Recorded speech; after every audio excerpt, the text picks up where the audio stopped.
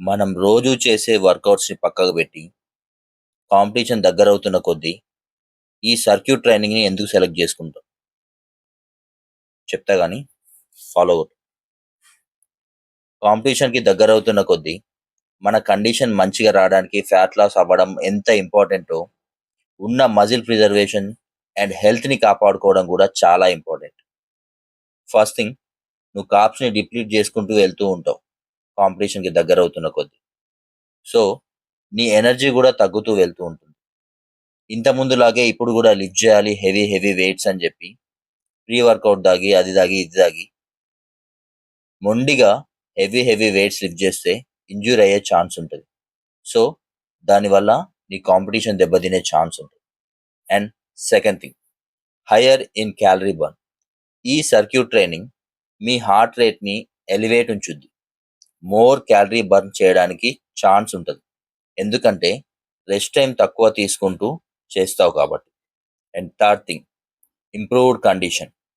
Circuit training improve stamina and make you less fatigue. మనకు fatigue, మన మజిల్‌ని fatigue తక్కువ చేస్తూ, ఎందుకు అంటే మోడరేట్ వెయిట్స్‌తో చేస్తాం కాబట్టి. And fourth thing, metabolic boost. The short rest and quick pace increases EPOC. అదే ఎక్సెస్ పోస్ట్ ఆక్సిజన్ కన్జంప్షన్.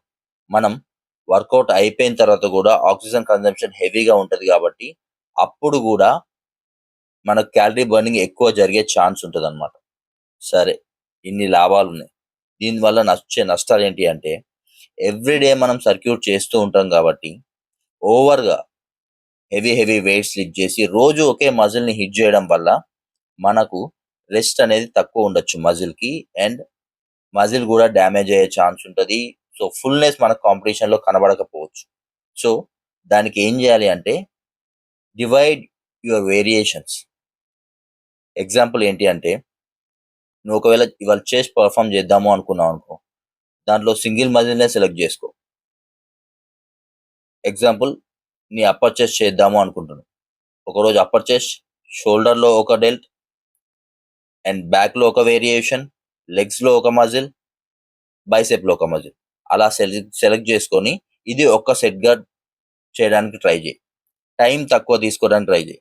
అలా అని జెప్పేసి ఈ కాంపిటీషన్ ముందులో హెవీగా చేసి, నీ మజిల్‌ని ఎంత కష్టపెట్టాలో అంత కష్టపెడితే మాత్రం ఉన్నది పోద్ది, ఉంచుకున్నది పోద్ది.